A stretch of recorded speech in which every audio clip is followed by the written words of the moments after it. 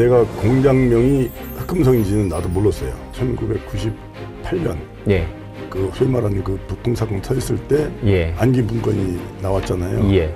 거기에서 흑금성이라는 게 나왔는데 인터넷 떠는 거 보니까 내용이 보니까 제 거예요. 제 얘기예요. 내가 공장명이 흑금성이었구나 하는 걸 알았죠.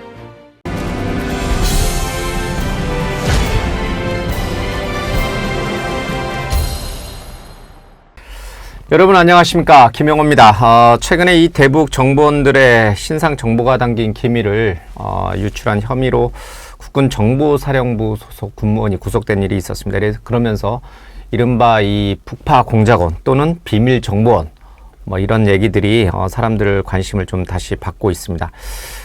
우리에게 아주 알려진 대표적인 블랙 요원은 그 흑금성이라고 하는 영화 공작의 주인공이었죠.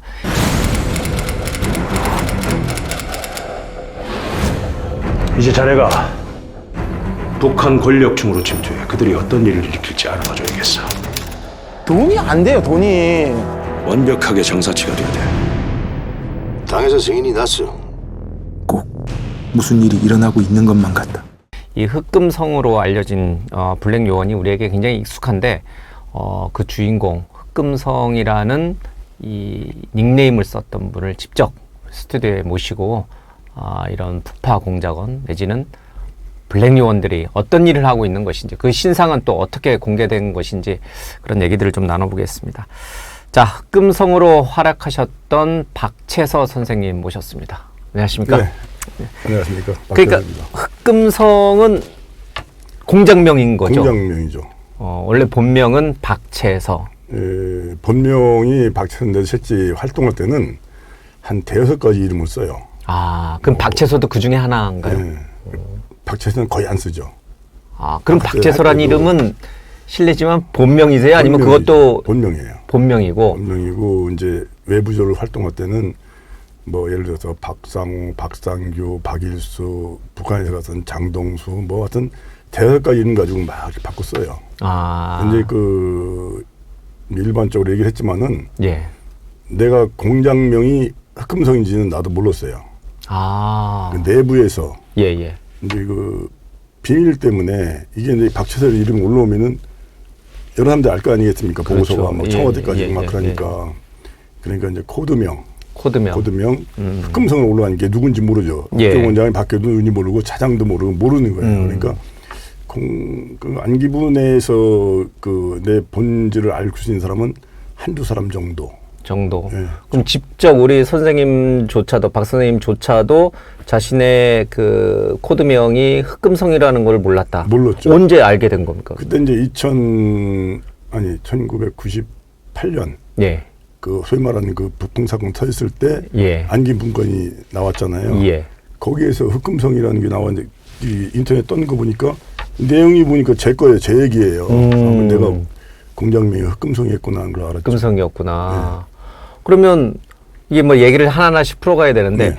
북한에 있는 사람들을 접촉할 때, 접선을 할 때는 어떤 이름으로?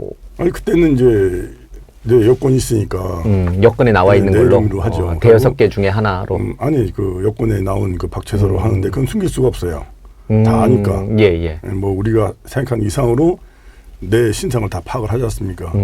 제일 그 당시 이제 고민했던 중에 하나가 어디까지 오픈할 거냐. 이게 제일 그 우리 내부에서 고민했어요. 예.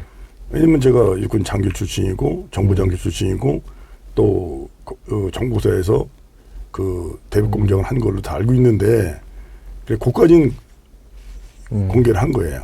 그까지는 공개를 하고 그렇기 때문에 내 본명을 다 알고 그러나 쟤들도 내부에서는 장동수라고 이름을 서로 이렇게 맞춰 썼죠. 짜고 북한하고 우리하고 단계된 거하고 그래서 북한에서는 장동수, 장선생, 장선재 이렇게 장선생. 그렇죠. 이게 영화 공작으로도 만들어져서 이제 사람들에게 굉장히 많이 이제 알려졌거든요. 그 영화 얘기를 좀 하기에 앞서 이제 우리 시청자분들에게 처음 아무것도 모르는 시청자들이 이제 이 방송을 보고 이제 전체적인 우리 박 선생님이 살아왔던 인생 스토리를 좀 알 수 있게 이제 찬찬히 하나씩 좀 퍼즐을 풀어가겠습니다. 어떻게 공작원, 블랙 요원이 되셨는지 그 어린 시절 어떤 과정을 거쳤는지 좀 먼저 말씀해 주시네요.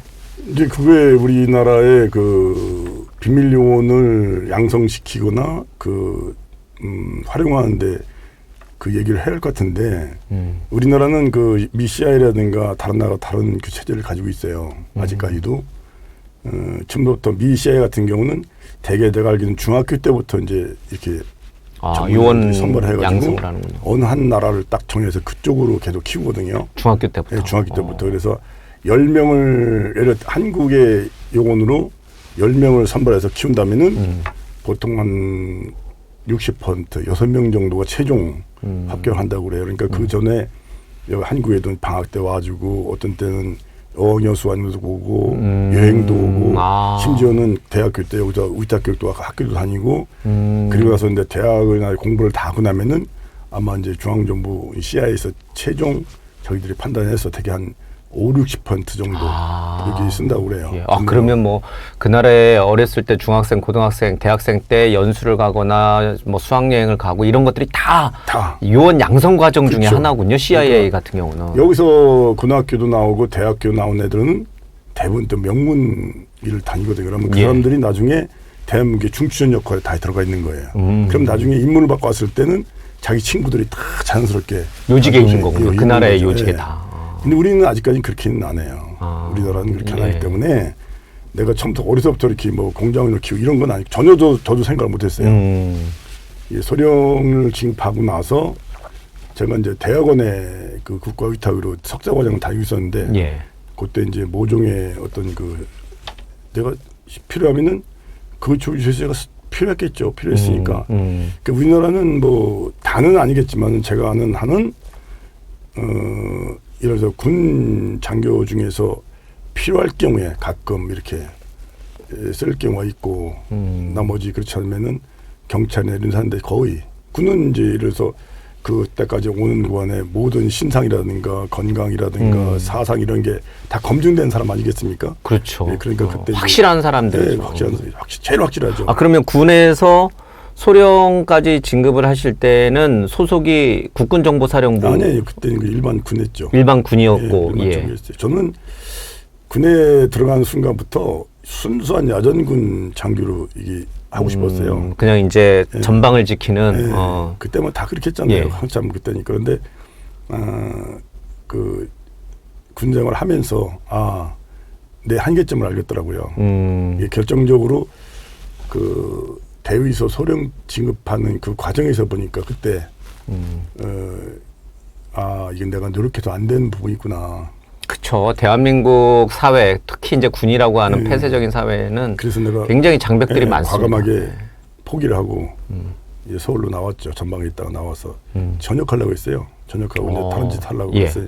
제가 그 당시 이제 그 중고등학교 그 정규사 자격증도 가지고 있고 또 아내가 이제 결혼한 지 1년밖에 안 됐으니까 아내가 또 그 당시 그 고등학교 선생을 하고 있었고 그래도 둘이 그냥 서울에서 교편을 잡아도 내가 사람들이 먹고 살만 했네요. 그렇게 생각했던 건데 느닷없이 진급을 시키더라고요. 소령 진급으로 대위에서 소령으로. 네, 대위 소령 진급하는 바람에 그때 또 운명이 또 약간 또 틀어졌고 그런데도 군생활을 할 생각은 없었어요. 내가 무슨 뭐 소령 중령 대령 하려고 하는 것도 아니고 내 가는 길이 아니면은 여기서 빨리 접고 편한 길을 가자 이렇게 생각했었는데 진급을 시키는 바람에 이제 생각이 달라졌고 그러면 대원까지 마치고 나가자. 그래서 대원 가는데 거기서 이제 어떤 그 변화가 또 일어났던 거죠. 그러면 그 변화라는 게 어떤 겁니까? 뭐 안기부가 접촉해 온 겁니까? 아니면 뭐 어떻게? 희귀만은 그런 특수한 인물들을 그 하는 이거 이 자체도 뭐 공작보안이 됐기 때문에 내가 마음대로 이해할 수 있는 상황은 아닌데 아마도 그런 사람만 찾는 그 조직이 있었던 것 같아요. 이렇게 이제 블랙 요원으로 선발하는 그런 어떤 임무를 갖고 있는 미국까지 키우면 되는데 우리는 그런 체제는 아니라고 했지 않습니까? 그러니까 확실한 사람 중에 블랙 요원이 될 만한 사람을 찾는 그런 특수 임무를 띠고 있는 뭔가 조직 팀이 있다. 근데 그 좀 놀란 게 제가 어렸을 때부터 군 생활할 때까지 그 마지막 할 때까지 모든 과정을 나도 모르는 사람까지 알고 있더라고요. 다 신상을 완전히 파악하고 있고. 그렇게 판단했던 것 같아요. 그래서 저도 이제 그 나중에 임무를 수행하면서 왜 나였을까? 이런 의문점을 가졌어요. 그런데 누구 답을 주는 사람은 없어요. 답도 없고. 근데 예. 내 스스로 판단하기는 외적인 그 스펙은 나보다 좋은 사람이 많지 않겠습니까? 예. 물론 제가 속해 있는 그 부류에서 보이는 내 스펙은 단연 탑이죠. 근데 전체 군대를 봤을 때는 탑이 아니에요. 육해공군 사관학교 출신도 정규 사관학교 출신도 있고 그다음에 미국 유학 갔다 온 학사장교도 있고 석사장교도 다 있단 말이에요. 예, 학교 출신도 있고 그 사람들이 외형적인 스펙은 나보다 뛰어난 사람이 분명히 있을 건데 내가 일본어로 한다, 영어로 한다, 전략정보를 한다, 군대 성적이 좋다. 이거는 그런 탑에 있는 사람들은 다 기본적으로 가지고 있는 스펙이에요. 근데 그걸 찾는 소위 말하는 내사관들이 본 것은 어떤 그 독단성, 예. 발상전환, 창의력 이런 걸 봤던 것 같아요. 그거를 내가 어렸을 때 잘하면 특히 군 생활하면서 부대를 어떻게 지휘하고 어떻게 관리했는지 어떻게 생활했는지 거기서 그걸 찾았지 않나 이렇게 생각합니다. 왜냐? 이거는 아무리 준비를 해가지고 적진에 중국이나 북한이라는 적진에 들어가면 그때부터 누구도 관여를 못하지 않습니까? 그렇죠. 그러면 예상되는 상황보다 훨씬 더 많은 돌발 변수가 생긴단 말이에요. 그럼 그때 내가 스스로 판단하고 결단해서 행동을 해야 되는 거거든요. 그런 것은 뭐 어디 인류대학을 나왔다고 되는 것도 아니고 머리가 뭐 천재라고 되는 것도 아니고 아니란 말이에요. 본능적인 그렇죠. 그 사람의 뛰어난 기질, 상황 판단 능력. 예. 그거를 받지 않나 이렇게 생각을 합니다. 예. 그러면은 이제 소령으로 진급했고 안기부나 아니면 이제 그 말씀하신 이제 내사팀, 예, 하여튼간 그 블랙 요원으로 선발하는 그런 어떤 팀에 의해서 우리 이제 박 선생님이 이제 블랙 요원으로 이제 채택이 됩니다. 그렇게 네. 가면 그러면 그때부터는 신분이 안기부 소속이 되는 건가요? 아니죠. 그때까지는 저는 외형적으로는 국방부에 있는 거죠. 국방부로 있고 업무는 안기부 업무를 하기 시작하는 건가요? 이제 그쪽으로 좀 얘기가 좀 길어질 수 있는데 제일 이제 난제는 차라리 내가 군에서 이렇게 저쪽에 내려가 있는 사람이면은 후방에 내려가 있는 사람이요. 쉬웠을 거예요. 이렇게 이제 그 질이. 근데 뭐 상학교 졸업 성적부터 군대 각종 성적부터 또 대학부터 또 일본어 전공하고 또 여기 대학원에서는 또 국제정치 전공하고 그것도 일본에 또 일본에 대해서 논문을 썼거든요. 그럼 뭐 하나 떨어진 사람 장교만 가서 영어까지 하고 그 저 사람이 왜 군대에서 나왔을까 이거를 이제 감춰야 될 거 아니겠어요. 그렇죠. 이게 잘 소위 말하는 엘리트 군인인데 똑똑하고 이런 엘리트 군인인데 왜 갑자기 이 사람이 잘 나가는 군인이 왜 갑자기 전역을 이제 시간이 했을까? 필요했던 거예요. 그런 걸 좀 그때부터. 감추기 위한. 네, 그래서 이제 제가 이제 졸업 맞고 육군대학을 이제 거꾸로 갔죠. 대학원을 먼저 마치고 육군대학 군사교육과정 들어가서 거기서도 거의 뭐 최우수 성적을 받고 그래서 이제 정보사에 와서 공작단에서 이제 그 공작 업무를 하면서 그 시간이 한 4년 정도가 필요했던 거예요. 그 신분 전환한 과정이 필요했던 신분 전환하는 과정이 네. 그 시기에 이제 국군정보사령부 소속이 잠깐 됐었군요. 근데 그 전에는 이제 육군대학을 졸업하고 근무지를 정보사로 나온 거죠. 그건 제가 한 게 아니라 뭐 누가 했는지 모르겠어요. 이제 정보사로. 신분 세탁 과정으로 네. 이제 국군정보사령부를 네, 거친 갔죠. 거군요. 그래서 저는 뭐 그에 처음에 내가 이제 안기부로 가는데 이제 보안 서약을 해요. 그리고 이제 서울역 쓰고 그건 오로지 나만 아는 거죠. 근데 아내도 모를 정도로 주변에 나 외에는 그 옛날 안기부의 담당자 외에는 모를 정도 전혀. 그리고 저는 실제 지금 옛날 안기부죠. 거기 들어와서도 저를 그때 했던 사람들은 얼굴도 본 적도 없고 서로 통화한 적도 없고 완전히 차단시키는 거예요. 그 사람들조차는 모르는 거예요. 그 후의 결과는. 그렇게 비밀리에 하거든요. 그렇게 그러면 이제 국군정보사령부에서 4년 동안의 그런 뭐 어떤 신분 세탁 과정을 거쳐서 정보사령부로 갔다가 이제 국가안전기획부 또 이제 지금의 국정원 이제 안기부로 갔고 그러면 첫 임무를 맡은 게 뭡니까 그러면?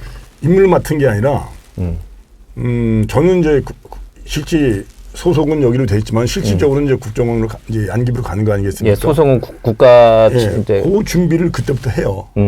모르게 나 스스로가 이렇게 가서 즉각 업무를 수행할 수 있는 그 소위 말하는 여건 조성, 여건 조성이라고 그래요. 여건 조성 업무를 준비해 나가는 겁니다. 그래서 이제 그게 제가 이제 정식으로 군에서 전역을 한 것이 94년 4월 15일이거든요. 예, 실버로 전역을 하면서 이제 공식적으로 내부적으로는 내 그 적이 이제 안기부로 들어가는 거죠.